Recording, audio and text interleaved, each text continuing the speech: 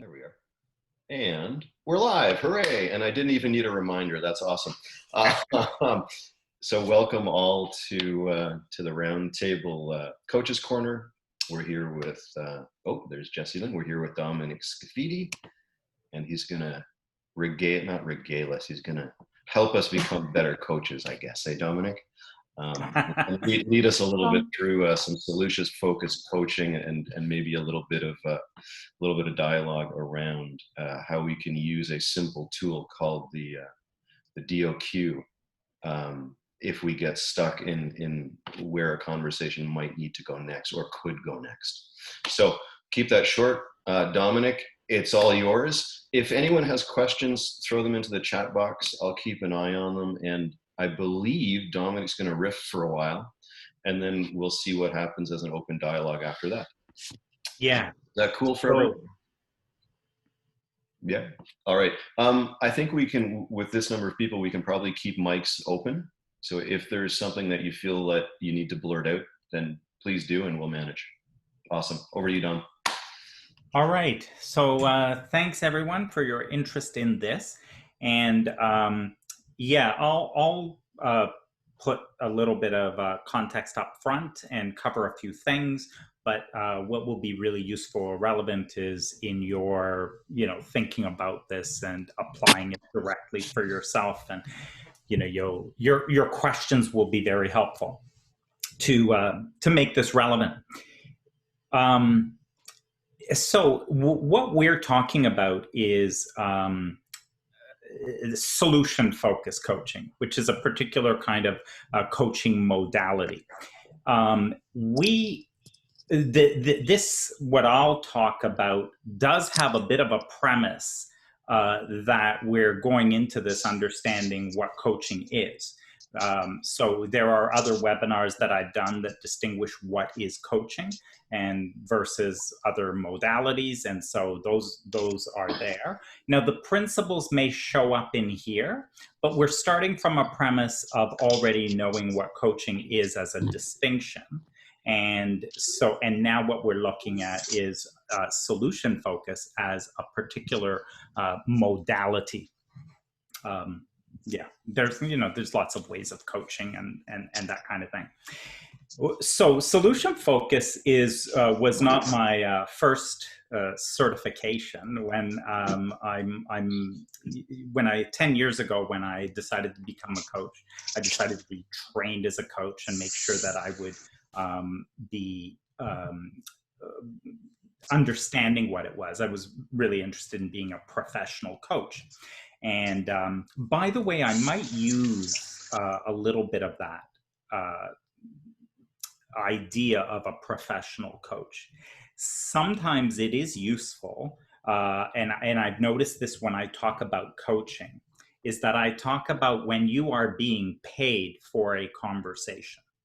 So it really sort of changes the way you think about a coaching conversation when I say that someone is paying you to have a conversation. There's something about that, and that is what professional coaching is actually distinguishing. And so when you think about when someone pays you for a conversation, that's a little bit different than when you are a good friend to somebody and you talk to them and you do your thing in terms of, the empathy and listening. And see, there's a lot of things you do with friends, which really are important, really important, critical coaching skills. And what you do with your friends is distinct from what you would do with them as a professional coach, where they pay you to have a conversation. So I just want to note that. And as we kind of get into this, again, some of the coaching principles may come up.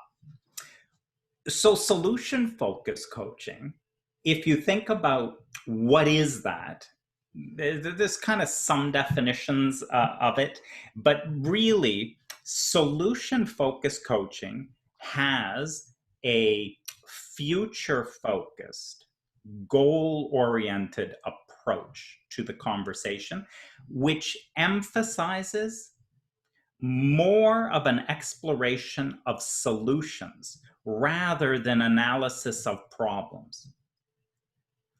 Because in coaching, people come to you, mostly they're coming to you with something that they want to be different. You know, I'm not in a relationship, I want to be in a relationship. I have a business and I don't have enough clients. I want to make more money. So coaching, people will come to you with something that they want to be different. And you could talk about the current scenario. Some people will look at that and say, this is my problem. So there is some problem that they have. And so solution focus will take more of a future-focused, goal-oriented approach, emphasizing exploration of solutions rather than analysis of the problem. And what it does, it is focusing attention on what is wanted and what it is that we want more of, rather than what is unwanted and what we want less of. So even if you think about this, how would I know that coaching session was more of a solution-focused coaching session is if I analyzed that coaching session. You sent me a recording of one of yours, right? What I would notice is that there would be more attention and a larger percentage of the conversation that is focused upon what is wanted and what the client wants more of, rather than a lot of time and attention invested in what they do not want and what they want less of. So that's something too that will start to distinguish what solution focus looks like. Some principles, premises that sort of lie at the heart of this. Change is constant. Change is always happening. That's underlying in solution focus. Things are always changing. Nothing is ever the same. It's always moving, shifting, and changing. So that's a bit of a principle. Another principle is that we want to emphasize what is changeable and what is possible. Sometimes people come to you to say, you know, my boss is this way. That's my problem. My problem is that my boss is like this. Right? So remember, we want to emphasize what is changeable and what is possible, and usually in the easiest way. So things are always changing, and we want to put some emphasis on what is changeable and what is possible. The client must want to change. So in other words, in solution focus, we work with the energy and motivation of the client for what they want. Now, this is really a basic coaching principle. You really, and this distinguishes, in coaching, you are really only ever focused on what the client wants. That is what distinguishes a coaching conversation as well. So certainly in solution-focused coaching, the client must want change, and we're taking that as a principle, that they want change. That's why they're there. That's why they're talking. The client is an expert in their life, well, they are the expert in their life. So they are the expert, and they will develop their own goals. They will develop their own approaches. Again, another principle. The client already has the resources, the strengths, and everything that they need to get to where they want. They are missing nothing. They are whole and complete. It is all available right there. They need nothing from outside of them. And so in solution focus, that's also a principle. And one more, the focus must be on the future, and the history is not relevant. So the history, the past, plays no part, is not essential to the future. It does not link to the future. So our focus is on the future, our focus is on the solution, and that history and past is not essential to any of that. Right? That's just a premise. Okay, a couple of other things. And by the way, if you're, sort of thinking of, yeah, but what if, you can either put them into the chat or make note of it, and we'll open this up in a bit. Solution building. Notice that word, solution building. That gets used a lot in solution-focused coaching. We build solutions. We build them with the client. And solution building is a fast track to problem solving. So someone comes with a problem. By the way, I use a lot of this too, the same principles, same ideas. In my work coaching teams, in my work with organizations where they're trying to deal with strategy issues or problems. And they'll often want to come in and really analyze and dig into the problem. But what I know, based on the principles and my experience with solution focus, is that what we're better off and faster to be able to do is build a solution that is the fast track to the problem solving. It's fast track to problem solving. It's like you skip right over top of the problem and you just move straight to what you want instead. Sorry to interrupt, but do you think that the focus on what the client or company is already doing well stands as a maybe a small principle within all of that as well? So that would be, and that is actually a thing that I would say is a premise that the client already has experience with the solution. Right. And the way that shows up is, so there is evidence of the solution already. The client already has exposure to elements, aspects of the solution. And boy, in solution focus, are we ever curious about those things, those little sparks that are there.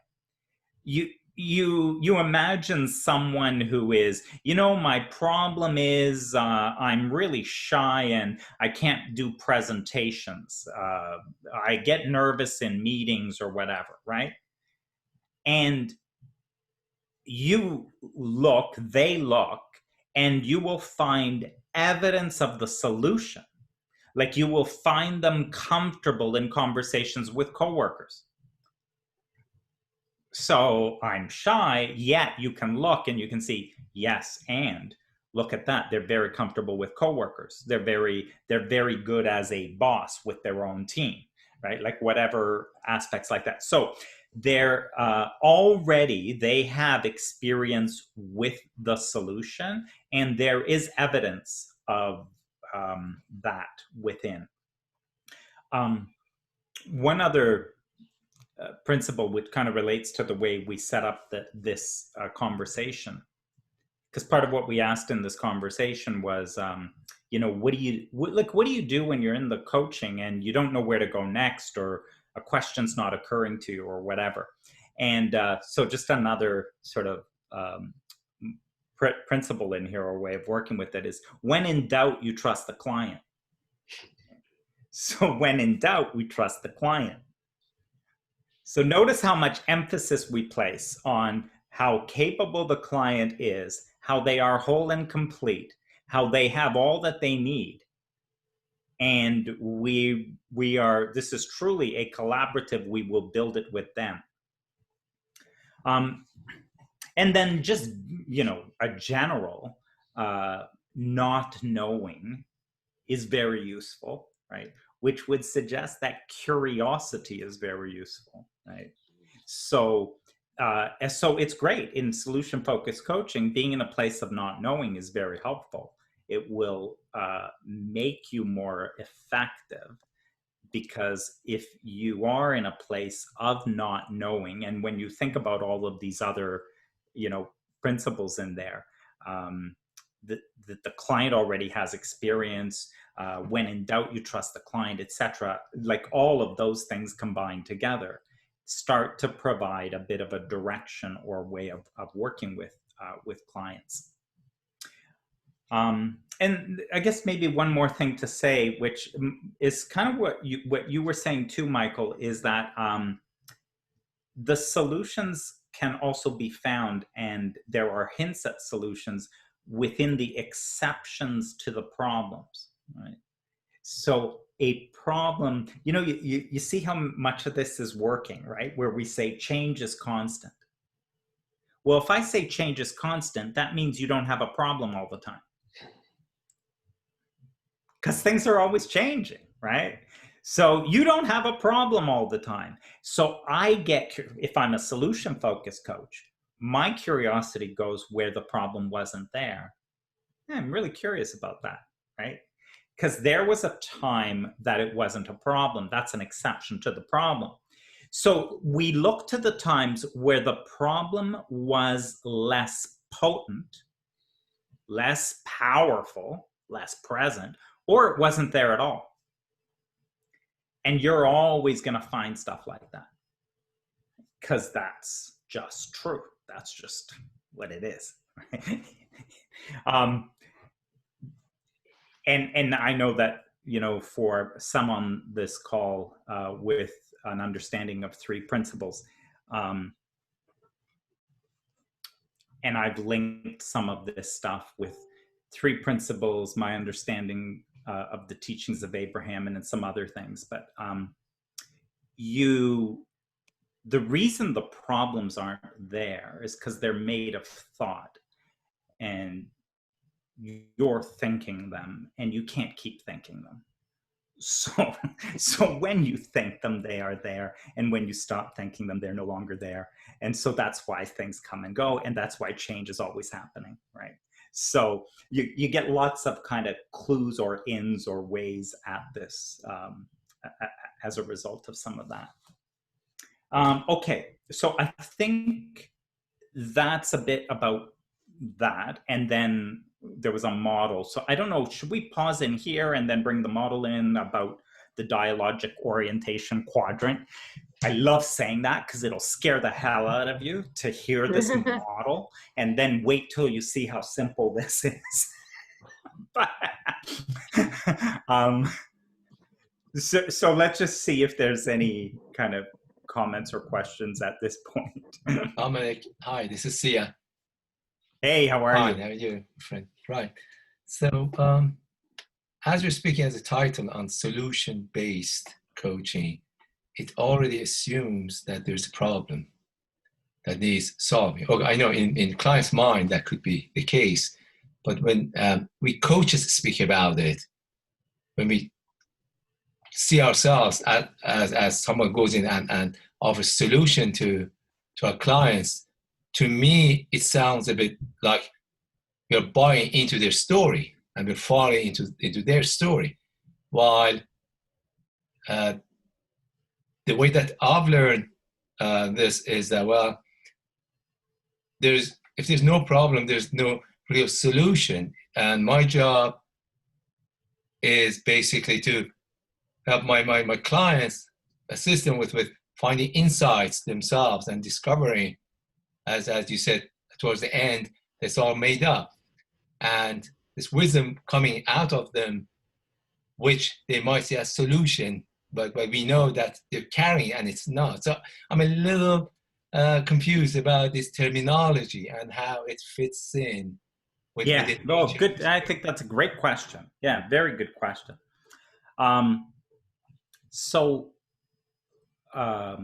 We are, with our clients, really only ever doing one thing, whatever they want, right? So I'm not doing anything other than what the client wants. That's what they pay for, right? So they come to you and they pay you for something that they want. And what you do as a professional coach is that's what you get committed to, whatever it is that they want. Now, I trust them in what they want because I happen to know that they are connected to infinite intelligence, that they have their own innate wisdom. So because I know that's sort of like, I don't have to ever second guess anything. All I have to do is just listen to what they want. And that's what I hook into, and that's what we go. So what coaching is it takes them from where they are now to where they want to be. If you took simple stuff like, not our kind of coaching, but if you took like a fitness coach, right? And they say, I want to run a marathon, and today I barely run 5K, and I want to run a marathon, and so that's what I want to do. Then now you know what the coaching is about, and you know what success is about, and they know what they would pay for, that they would get value from, is to move from being able to run 5K to be able to run 42, right? So that's what the coaching is about. So if you say solution focus, I'm not suggesting there's a problem, and the solution focus does have that idea. If you ever get into it, they really don't think that way. But what solution is the desire. I want to run a marathon. So clients will show up with what that desire is. But we know, I think we've had lots of clients who actually do show up and they don't quite describe it that way, right? So they're often describing it as, I've got a business and I do have a problem. I don't have enough clients and I'm not making enough money and they don't pay enough, right? This is a problem. And so that in their mind, that's a problem. And so what is it that they want? And so they want, a thriving business with more clients at a higher rate of pay. And they want to have conversations with you over time. And how they'll know it was worthwhile that they paid you is that their business changes from one where they don't have clients to one where they do, and one where they are earning, right? By the way, they're the ones who calculate the return on investment. They're the ones who make the decision, and they're the ones who determine whether you know what you're doing. Professional coaching is so simple, right? So they're the ones who determine. They say, I paid this money, I wanted this result, and we're 6 months later, right? Imagine, I'm terrible with sports analogies, but you take Tiger Woods, I think, had 3 or 4 coaches. He had a putting coach, a driving coach, a mindset coach, and I don't know what else he had, right? So he's got his putting coach and he's putting, and he works with this putting coach and he works with them for 3 months. And 3 months later, the putting is no different. What do you think's gonna happen? You fire the coach. The coach is ineffective, right? If the result is not there, the coach is ineffective, right? So the coach is completely focused on what the client wants and whatever it takes for the client to do that. And so within that, we are solution focused is just a way that accelerates and makes it faster to get to something like that. Is that helpful, Sia? To some extent, yes. I'll be listening more. Yes, thank you, BK. Yeah. I heard a little bit in what you said that was a little bit of knowing what their solution would be. And you want to be careful with that, because I know a lot of the people on this call are very well immersed in many teachings. If you know me, you know I am immersed in a number of teachings. And so I already know what the client's issue is, and I already know all kinds of things, right? And in coaching, it turns out, you know what would be really great is if I was a teacher, I wouldn't have to worry about any of this shit. I could just blast them with my infinite wisdom, because I already know what their problem is. I already know it's thought. I already know it's in their mind. I already know they're self-limiting. I know all kinds of things. And I know, energetically, their vibration and the way their consciousness, like, I know all kinds of stuff. It's causing them their problems. And if I was a teacher, would really be so much easier. If I could just sit them down in front of me so I could lecture them with the infinite intelligence that I have, it would be amazing, right? And it wouldn't work, which is why I've decided that I'm not going to be a teacher, which is why I've got no interest in teaching. Because if any of you have children, you realize that you can talk at them with your infinite wisdom as much as you like, but words do not teach. And coaching is a modality which evokes something from the other person. And it is an art, and it is difficult, maybe. It's not so difficult, but I'd say that what it takes is more of a not doing than a doing. And that's what makes it a bit tricky. Our temptation is to do too much. So in coaching, the art in coaching is well, the simple art in coaching is, can you shut up and listen? Can you just not know what they need long enough for them to be able to figure it out for themselves? And because we don't know their background and we don't know their limitations, we don't know their conditions, we don't know the place they work, we don't know their co-workers, we don't know any of this stuff. So there's no way we can be all that helpful. If we got in there, Sia, you said something good. If I got in there and started buying their story, I'd be as lost as they are, because, they tell me what that boss is like. It's like, well, then it's hopeless. And if that's what your boss is like, then it's hopeless, right? So if I start buying their story, now there's two of us in there, right? Yeah. So other comments or questions, or anything's come up in the chat, Michael, that I... Yeah, well, Lynn, do you want to hash out your question a little bit there? Yeah, I was just, I had lunch with a friend of mine the other day, and she was asking me about my coaching work and what it's like to be a coach. And she, I don't think she's ever worked with a coach before, and I don't even think she really knew what one was, but she was saying, well, if I'm going to pay someone, I'd want them to give me advice. Yeah. And I giving someone advice is not being a coach, it's being a teacher, I guess. Yeah, or a consultant or an expert. Yeah. By the way, it's very common. That's so common, and it exists. I get that too with leaders and executives. They think, so this is part of what's important in that initial coaching interview. A lot of the leaders and execs will come and say, yeah, I need someone who's worked with a large team before, under these sorts of conditions and change, and to help me to, look at what I need to do in order to make this, whatever it is they're trying to do. And in my mind, I can hear, yeah, you think you need a consultant. Right? Like, you think you need a consultant, you think you need an expert, right? Like that.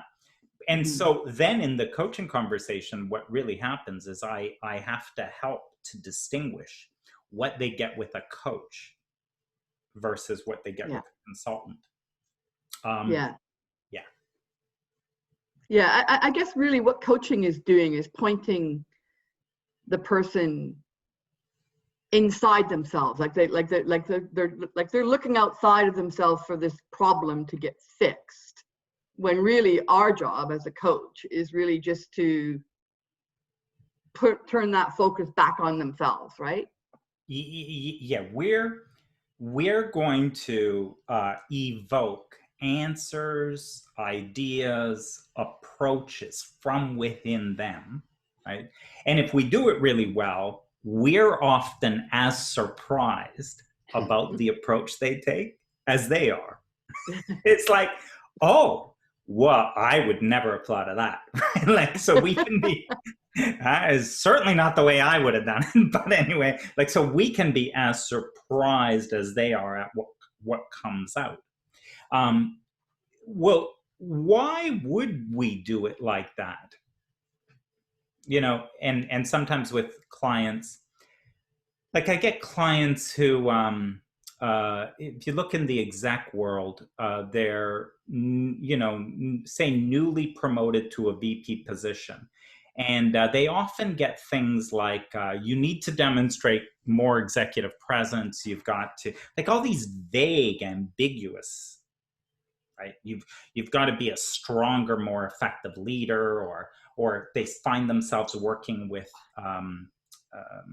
where influence situations where they have to influence, right? So anyway, they're challenged in, okay, well, what am I supposed to do? Like, what is this? Like, how do I do these things?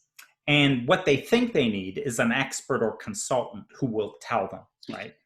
Mm-hmm. You take something like influence, right? You're presenting ideas. How can you influence the rest of the team to go with your ideas? That would be a simple process, right? If I was a consultant or an expert, I would, the difference versus coaching, right, would be, wow, let me tell you, I know a lot about this. I've read all the Harvard material on influence, and I understand how you influence and how you don't. And there's a 5-step process, right? And so I see your problem right away. And here's what you're doing wrong. And the way it works is like this. When you present your ideas, you do it like this, right? You give them a whole blah, blah, right? And here's what we know. They're never going to do that. like, it's unnatural. Right? It's unnatural. It's like they do it their way for some reason. And now you're layering on top this Harvard model on influence, or, you know, if it's in relationships, you're layering on top how to build trust and intimacy in relationships, right? Wow, you know, when your partner talks to you, you need to listen, and then you've got to reflect back. And then, like, it's, you know, you give them this whole thing or something, which is what a consultant or expert would do. It's like, well, I have this problem. Tell me, I'll explain it to you. You tell me what's wrong. You're expert. And then tell me what I should do, right? And that's not coaching. No. So what we're doing in coaching instead is we're curious with them to find, discover, reach insight, new way of thinking on what they could do, how they could look at that in a way that's far more effective. Why would they want this instead of, you know, sometimes you get people like, boy, that seems like a long way around it. Why don't you just tell me? Yeah. And the why don't you just tell me would be, so we lay on this new behavior or new approach, which would require discipline and willpower for you to adopt. And here's the thing about that. And this is for me, and I tell clients this in coaching interviews, like meaning when they're wondering whether they should work with me as a coach. I say, if anything you and I ever do together were to require willpower or discipline for you, then I know it failed. Because if you need to move forward and use willpower and discipline to do anything that's come out of the coaching, then I can tell you I failed. Like, the coaching failed, because You're trying to take something and stick it onto you. And if you have enough willpower and discipline, maybe if you're lucky, you can keep doing it that way. But what we're really doing when coaching's effective is you see the world differently. So you see the world differently. You see from, instead of a partner who's not trusting you and undermining you, you shift what you see, and then your behaviors start to change. But you don't have to remember to do that. And you certainly don't have to remember the Harvard 5-step process. You just are now talking and dealing with a different person, a different world, a different situation. All of the behaviors are just common sense from what you see in the world.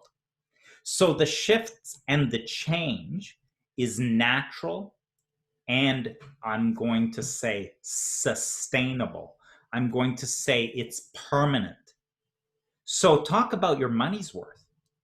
Like, you get this change, which is forever, and it's and it's effortless. No willpower or discipline required, right?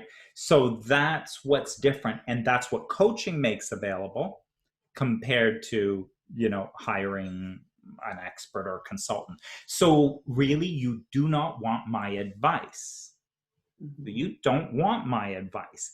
I don't even know your boss. I don't know your kids. I don't like whatever the thing is we're talking about. And by the way, if we were to waste enough time in our coaching sessions with you explaining to me, what your boss is like and what your kids are like and so that I could, in my expertise, finally conclude like the best option for you, it's just a waste of time, right? Like, that's a waste of time.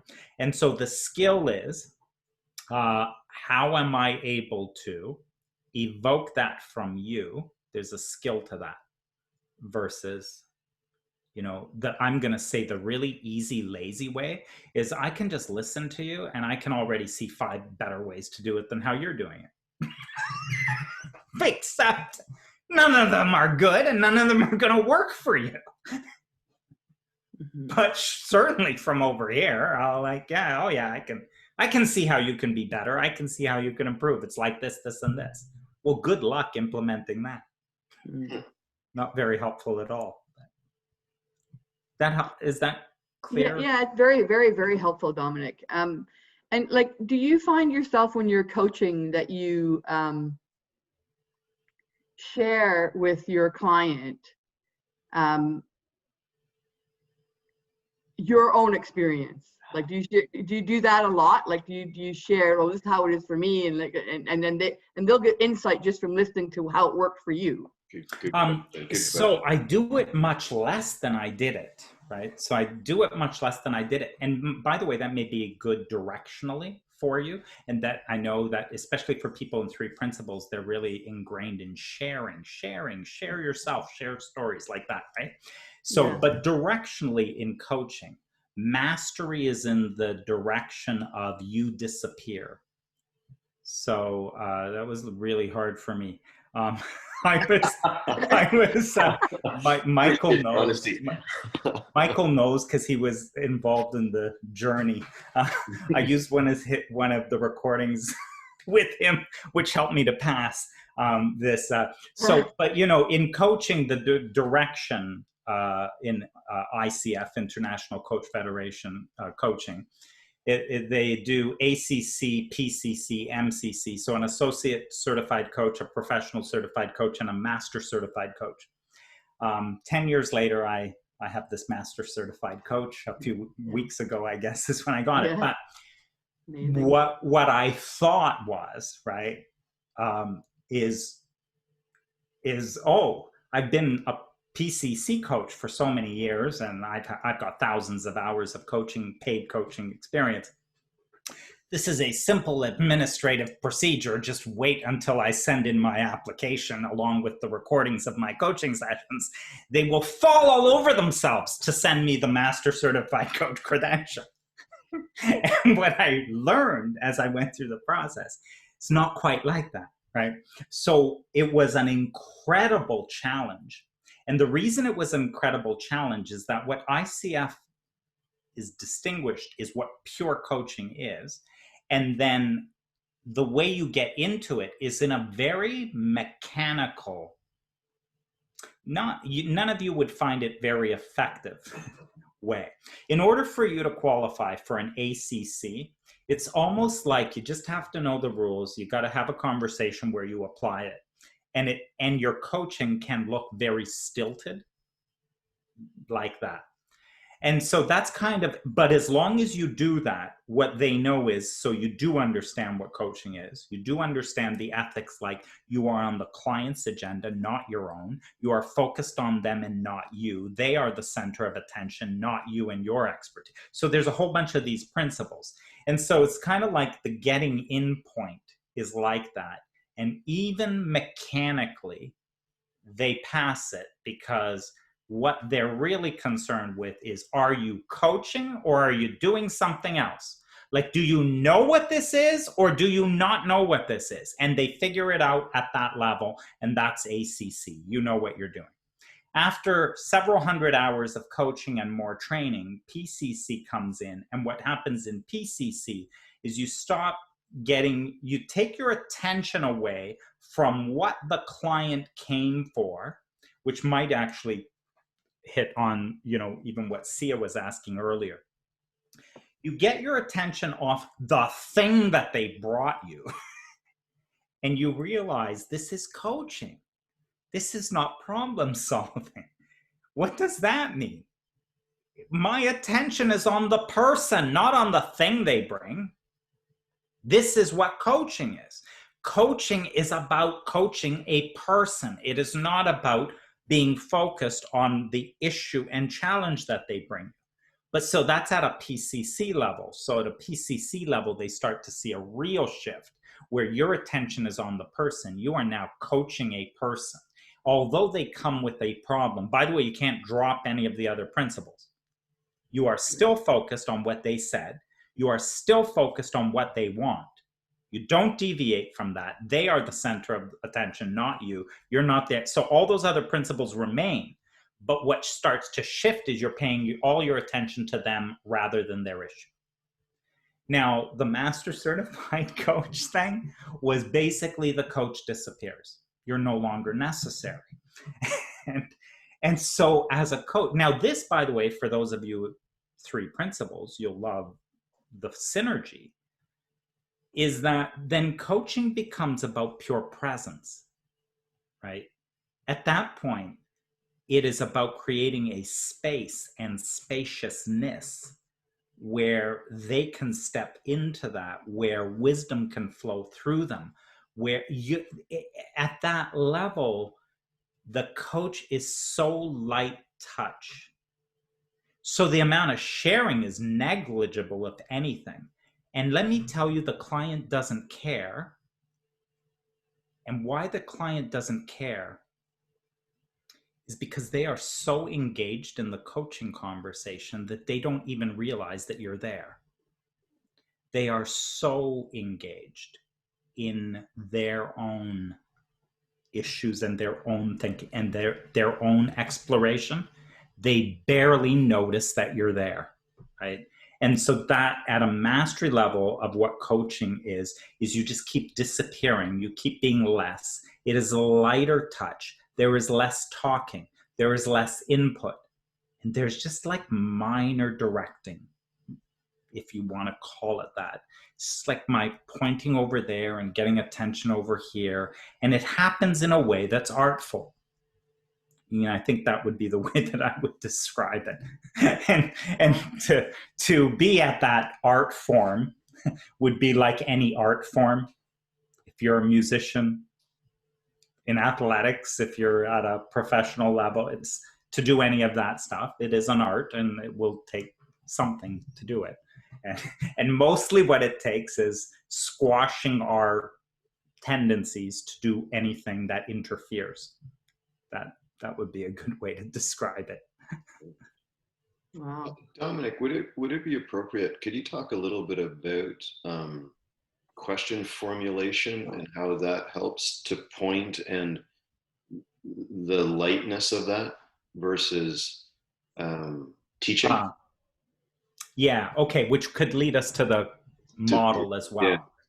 So, but basic with that, I mean, one of the big criticisms I had in my own coaching was around the questions needed to be shorter and lighter, less loaded, less in them. Right? Mm-hmm.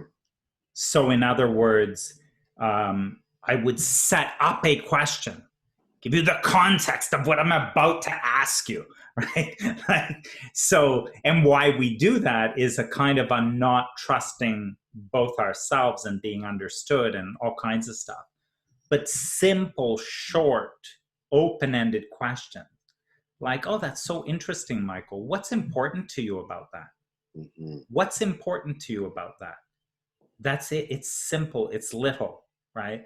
And so these light touch, even in the question. So not just we're not telling stories and giving them thinking models or theories about, it's really mind, thought, and consciousness, or it's thought, mind, and consciousness, or it's mind, thought, consciousness, or like whatever it is.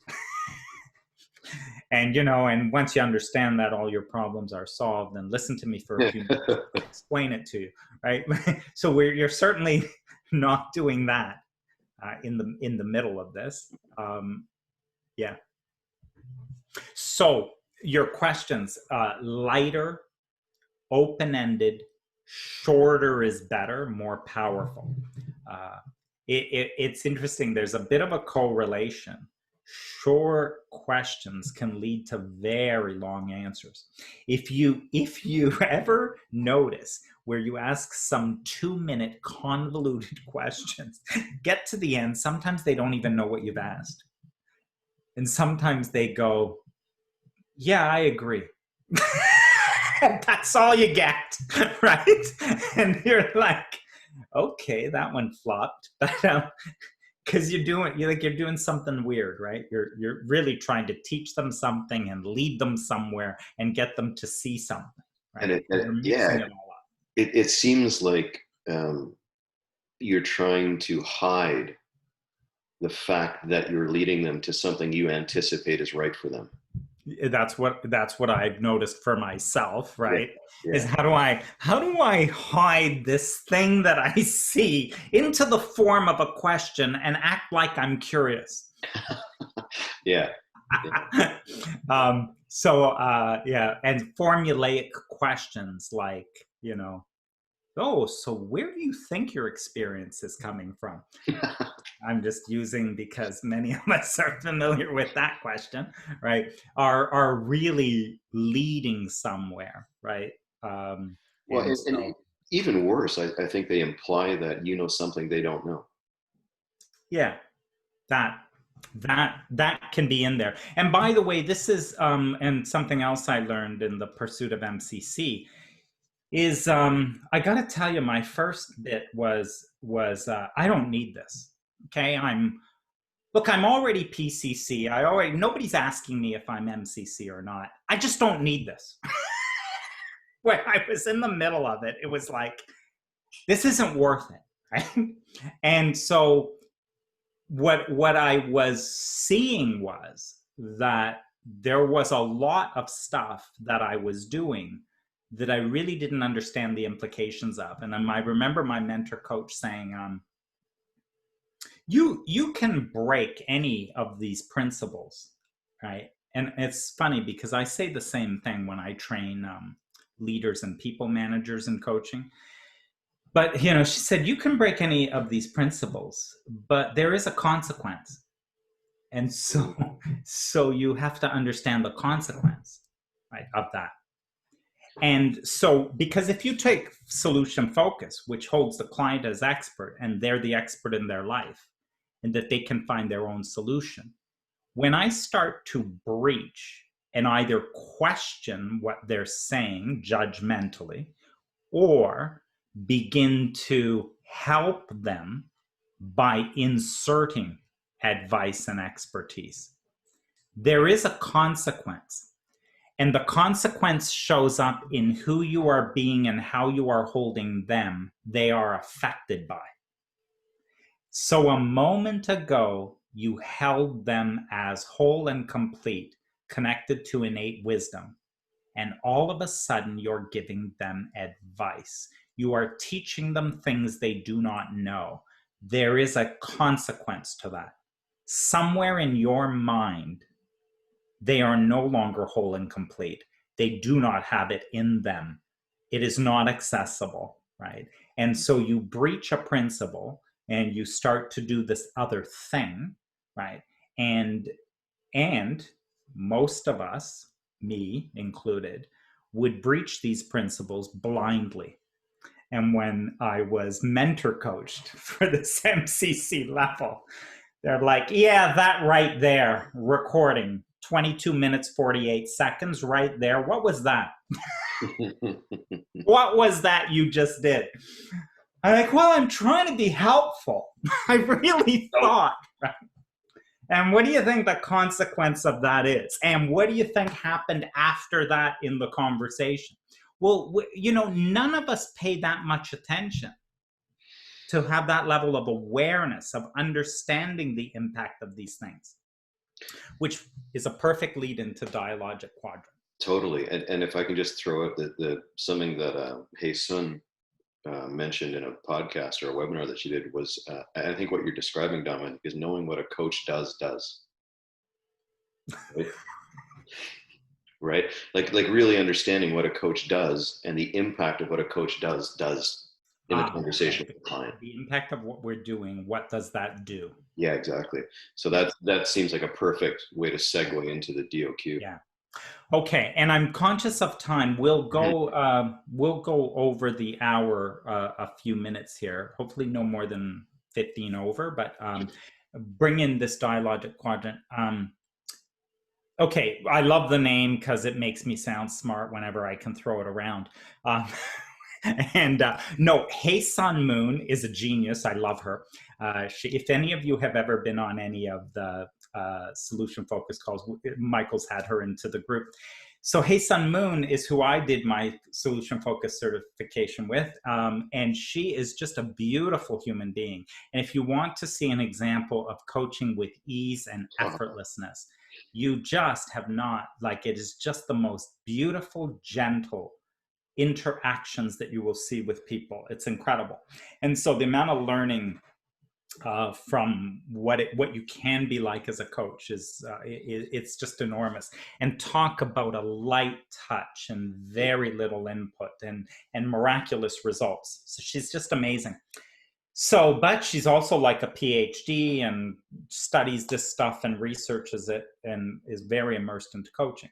So Dialogic Orientation Quadrant. I love that. So dialogic, it's dialogue, which it's a study of this dialogue, the kind of what are we talking about? How are we making meaning of things, right? And the quadrant, okay, this is where it's like so simple. Seriously, you gave it that name, but here's how simple it is. When you look, there are two things, just like any quadrant, you know, 2 by 2 things, right?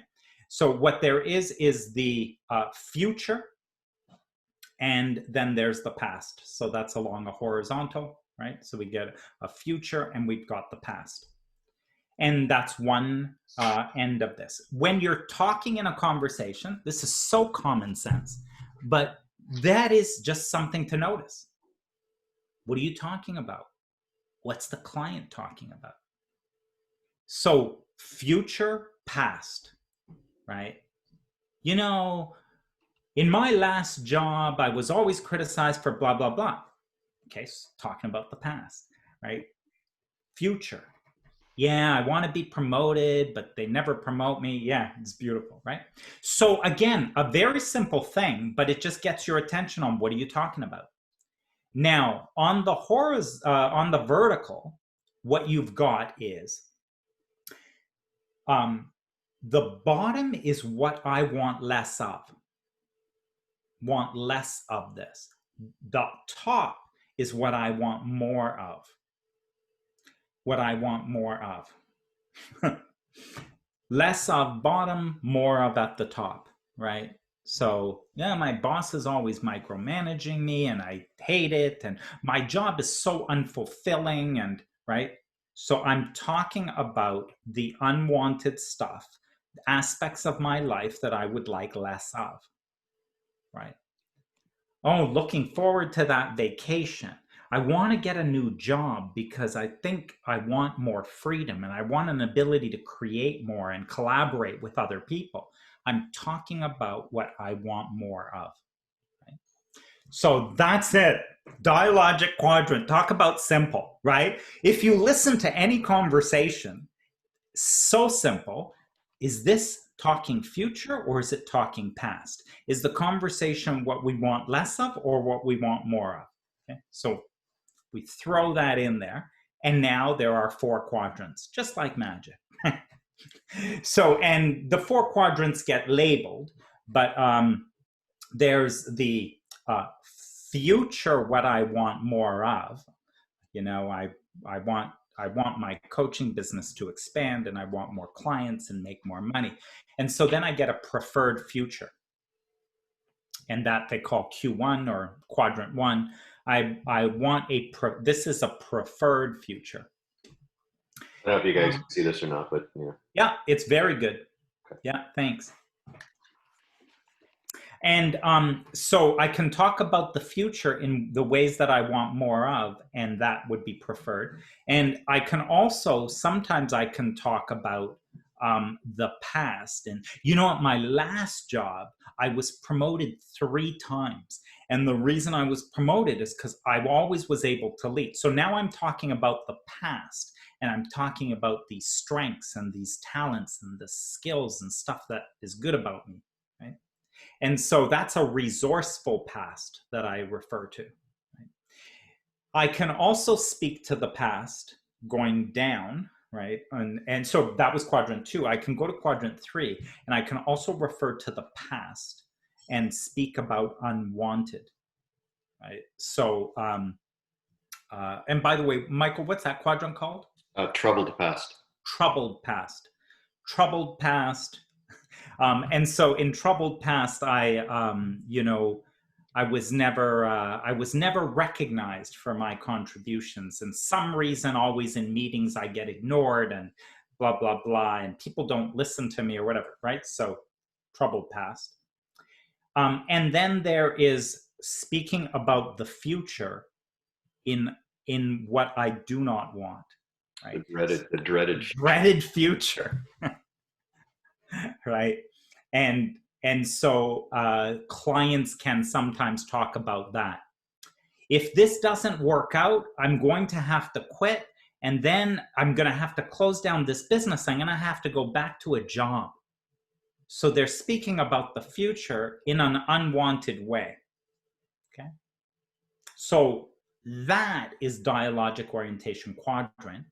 What it does is, in your mind, as you engage in a conversation, it just, the minute you have this distinction, you're now in a coaching conversation with some curiosity about what is being talked about.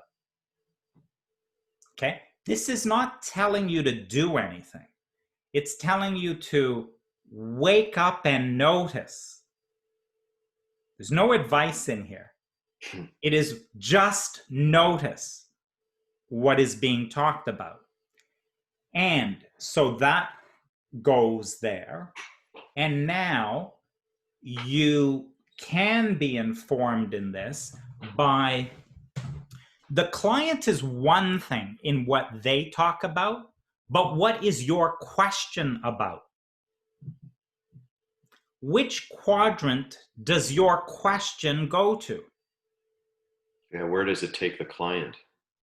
Yes. So that is something that you, by your questions, you are directing attention somewhere. And so once you understand this quadrant, it gives you something around, do you realize where you are directing attention?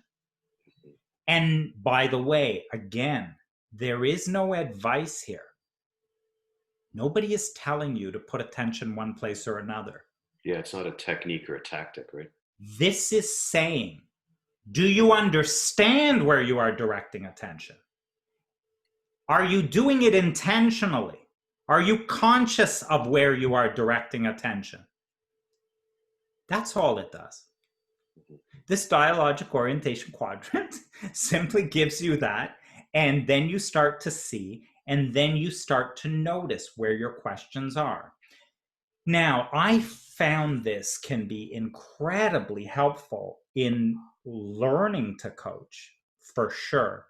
And then if you're already coaching, if you were to go back, if you took any recording of any of your coaching conversations, and you took this dialogic orientation quadrant, and you could listen to that recording again, you could literally map out the minutes spent in each quadrant. Now, keep in mind, no one is telling you to do anything one way or another. But do you know where the time is being spent in your coaching conversations? Because depending where you are spending time and where you are investing the client's attention, there are implications. And have you noticed? Are you even paying attention to that? When you take a client and ask them questions about their past and why this is wrong with them, how'd you get to be shy like this? So it was like grade 3 and the teacher said something to you? Like, how long has this been going on? And you use questions and your curiosity in quadrant 3, and you are spending time in a coaching conversation there. Are you awake and knowing what you're doing? What's the purpose of that, right? So again, there's nothing here to tell you to do anything different. But what the quadrant does is it does wake you up. It does wake you up and say, oh, interesting, I had no idea this is what I do. I had no idea that in a 1-hour coaching conversation, this percentage of it is spent over here, and this percentage of the conversation is spent over there. Well, it's good for you to know, isn't it? And by the way, if you compare one coaching session to another, do you notice any difference between coaching conversations where more time is spent in a preferred future resourceful past compared to a dreaded future? They're so much easier. What's that? They're so much easier. Yeah, like you start to notice things. You start to notice like the energy of the client, what shifts in the client. Where do insights show up? Do they show up when you've spent time in that regret of past? Are they showing up in the dreaded future? Where are you getting, where do insights, where do you find more insights? This is just useful because as you start to pay attention, it starts to influence your coaching. So this is if you're already coaching and you want to use the dialogic quadrant as a way to get more effective in coaching. So that can be helpful for that purpose. For beginner coaches or whatever, not even any coach, you can be in the middle of a coaching conversation. You're like, man, I'm stumped. Where do I go next? What do I do? Right?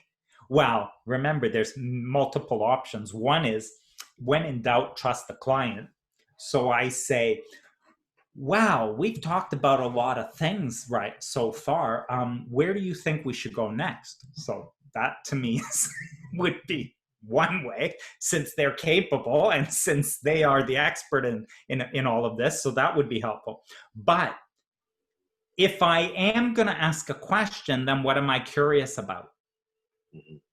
And so my curiosity, understanding the quadrant, helps me to see, is my curiosity more about where we're going, right? Which speaks to So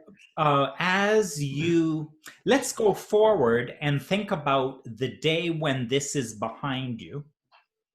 Talk to me a little bit more about what that's going to be like. So now my question went to the future, right?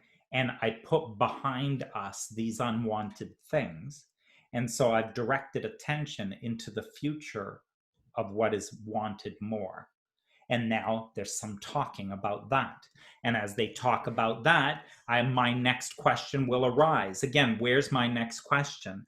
And so they talk and they say, and they talk about how great it is, and they're going to be creative and collaborative. Their work will be more fulfilling and all of that. And suddenly, in the presence of all that, I get really curious and I say, where is a time in your past that you have had that kind of an experience before?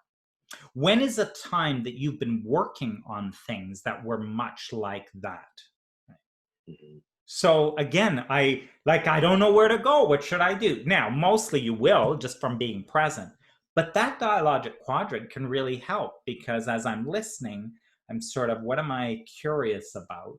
And what could be helpful to get more curious about, to drive more attention, to drum up more resources to help the client see more things for themselves.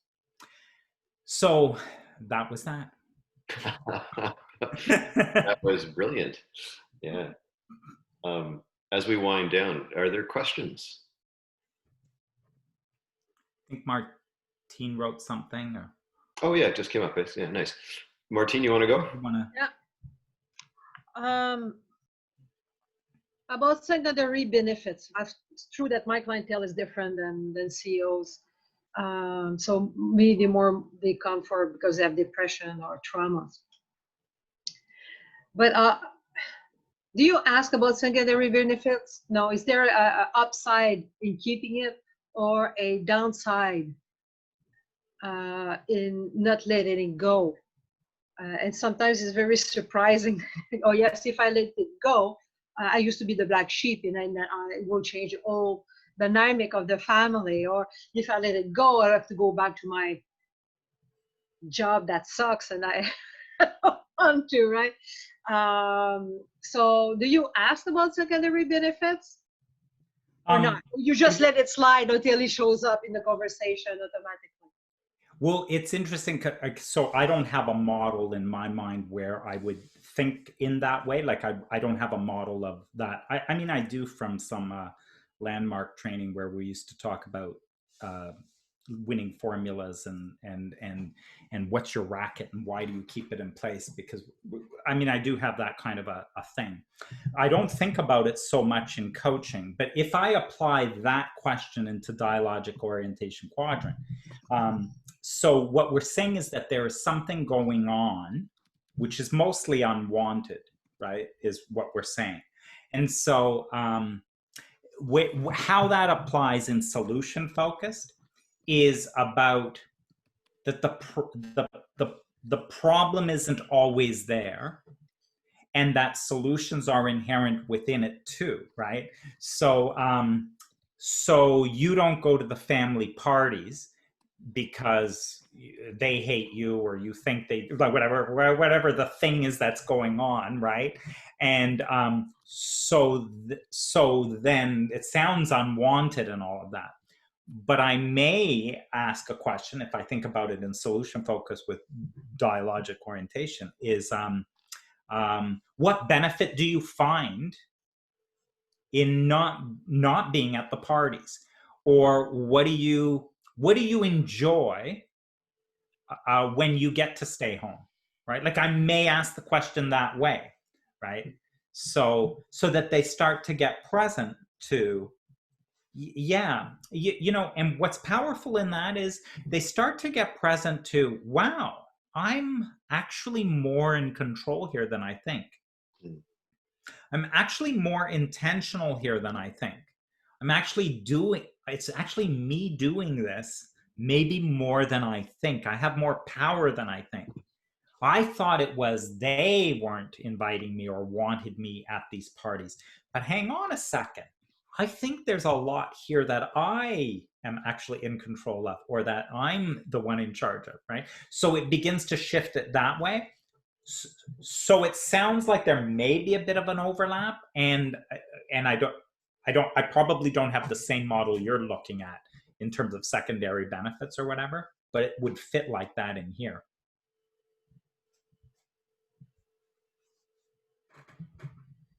Wow. I just got a message from Jessie Lynn saying how much she's enjoying it.